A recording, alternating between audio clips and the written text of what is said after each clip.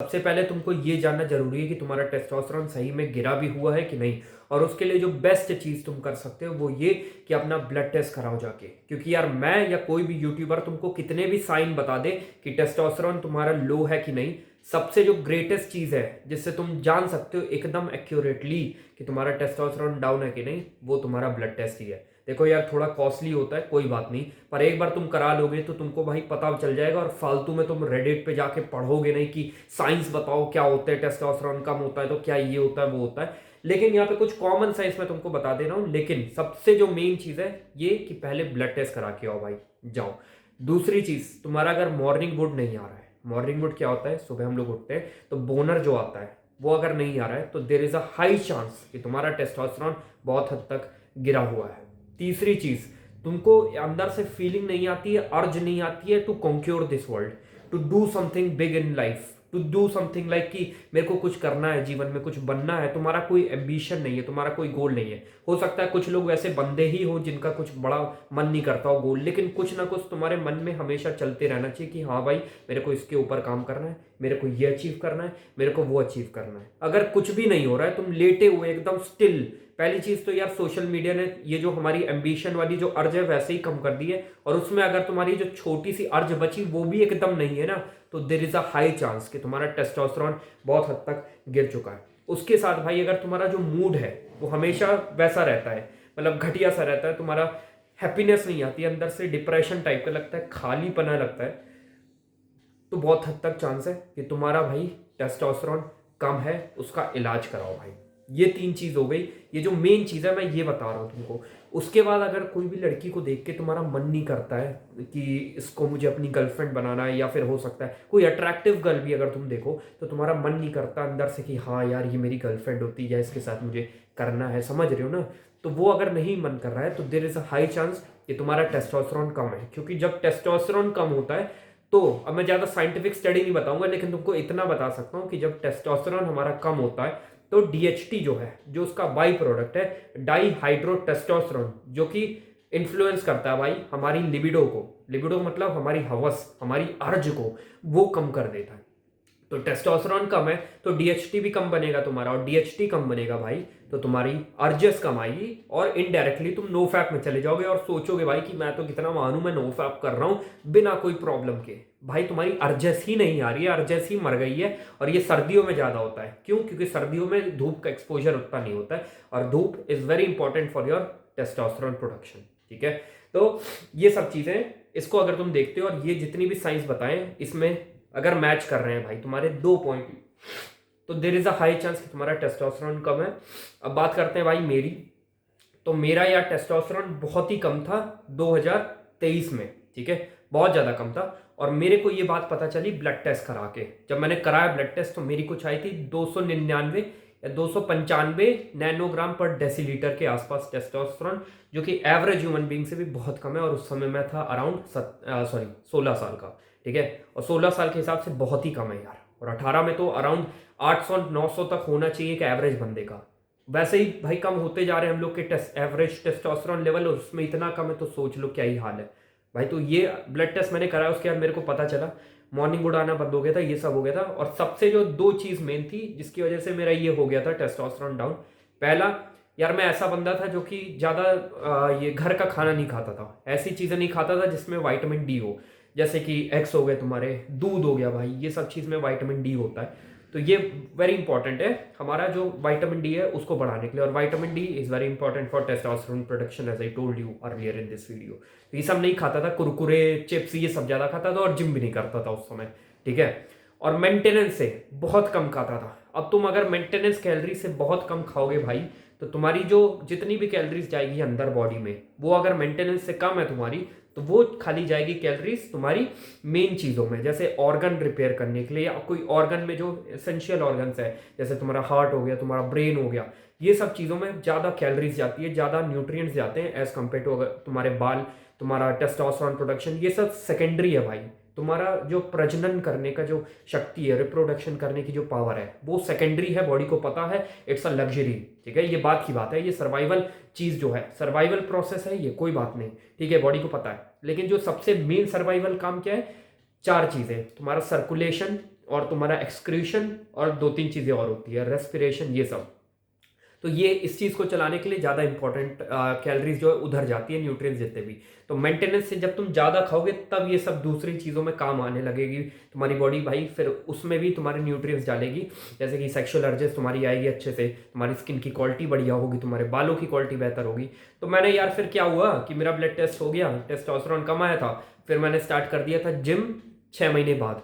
तो उस समय मैं बल्किंग कर रहा था, मेरे को पता था, उस समय आइडिया था कि कैसे बल्किंग करते हैं। तो मैं मेंटेनेंस से ज़्यादा खाने लगा और इंस्टेंटली 6 महीने के अंदर अंदर फिर मैंने ब्लड टेस्ट कराया अपना, और 200 से सीधा मेरा आया था 600 के आसपास। इतना बड़ा जंप लिया था खाली मेंटेनेंस से ज़्यादा खाने से। और दूसरी चीज़ मैंने साथ ही साथ विटामिन डी, क्योंकि मैंने ब्लड टेस्ट जब कराया तो टेस्टोस्टेरोन प्लस विटामिन डी दोनों का कराया था टेस्ट। तो उसमें मेरा विटामिन डी भी जितना डेफिशिएंट होना चाहिए उससे सीवियरली डेफिशिएंट था। मतलब अगर 20 से कम है तो माइल्ड डेफिशिएंट, और मेरा था 11, तो मतलब 20 से बहुत कम था, तो सीवियरली डेफिशिएंट था मैं विटामिन डी से। रिकेट्स होने के चांस से, हड्डी भी खराब हो सकती थी भाई। तो फिर मैंने विटामिन डी की कैप्सूल लेना चालू करी, और उससे भी मेरा जो टेस्टोस्टेरोन है बहुत हद तक बैलेंस हुआ। ये नहीं कह रहा बहुत ज़्यादा हो गया, लेकिन सही 60 हो गया भाई। तो ये चीज़ है। अब मैं तुमको बता रहा हूँ कि कैसे बढ़ाना है। और एक मिथ जो कि है बहुत लोगों को होता है कि क्या इससे हमारा टेस्टोस्टेरोन डाउन होता है। भाई देखो, स्टडीज तो ये बोलती है कि इससे तुम्हारा टेस्टोस्टेरोन टेम्परली डिप होता है, जब तुम करते हो तभी होता है, और फिर उसके बाद रिकवर हो जाता है। पर मेरा ये मानना है कि जब तुम ज़्यादा दिनों तक ये करोगे ना, बार बार करोगे, मतलब एक हफ्ते में तुमने 5 से 6 बार कर दिया भाई ये काम, तो इससे हाँ तुम्हारा टेस्टोस्टेरोन का जो बेस लाइन है वो और कम हो जाएगा। तो टेस्टोस्टेरोन अल्टीमेटली तुम्हारा कम हो रहा है। लेकिन अगर एक हफ्ते में एक बार कर रहे हो या एक महीने में एक बार कर रहे हो तो उतना फर्क नहीं पड़ता है। पर मेरे हिसाब से तो बिल्कुल भी नहीं करना चाहिए तुमको टेस्टोस्टेरोन। कहीं ना कहीं ये साइंटिफिक स्टडी, ये प्रोपोगेंडा भाई, मेरे को तो लगता है, मेरे को पता है भाई, ये कमजोर बना रही है तुमको दुनिया। और मुझे ये बात पता है कि अगर तुमको टेस्टोस्टेरोन बढ़ाना है तो तुमको फॉलो करना पड़ेगा नो फैप भाई, ब्रह्मचर्य करना पड़ेगा तुमको किसी भी हालत में। ठीक है, ये चीज़ है। अब बढ़ाना कैसे है, सबसे पहले जो मेन पॉइंट्स जो कि हर वीडियो में तुमको बंदा बता रहा है वो ये कि 7 से 8 घंटे की नींद लो भाई। ठीक है, पानी की पूरी करो कमी। और मैंने जो पर्सनल एक्सपीरियंस से बता रहा हूँ वो ये कि मेंटेनेंस से थोड़ा सा ज़्यादा खाओ, बल्किंग करो। ठीक है, अभी तुम अगर 16, 17, 18 साल के हो तो भाई बल्किंग पूरी इंपॉर्टेंट है, तुमको करनी ही है हर हालत में।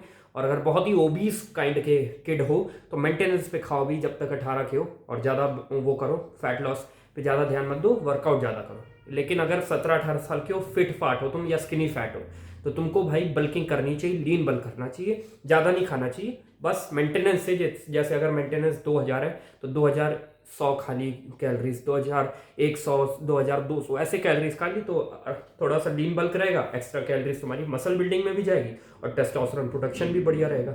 साथ ही साथ देखना विटामिन डी की डेफिशिएंसी ना हो, क्योंकि यार जितने भी बंदे हैं जिनका टेस्टोस्टेरोन डाउन होता है, अल्टीमेटली यही 2 बड़े कारण होते हैं, और कोई तीसरा कारण इतनी बड़ी बीमारी नहीं होती जिसकी वजह से टेस्टोस्टेरोन डाउन होता है मेरे ख्याल से।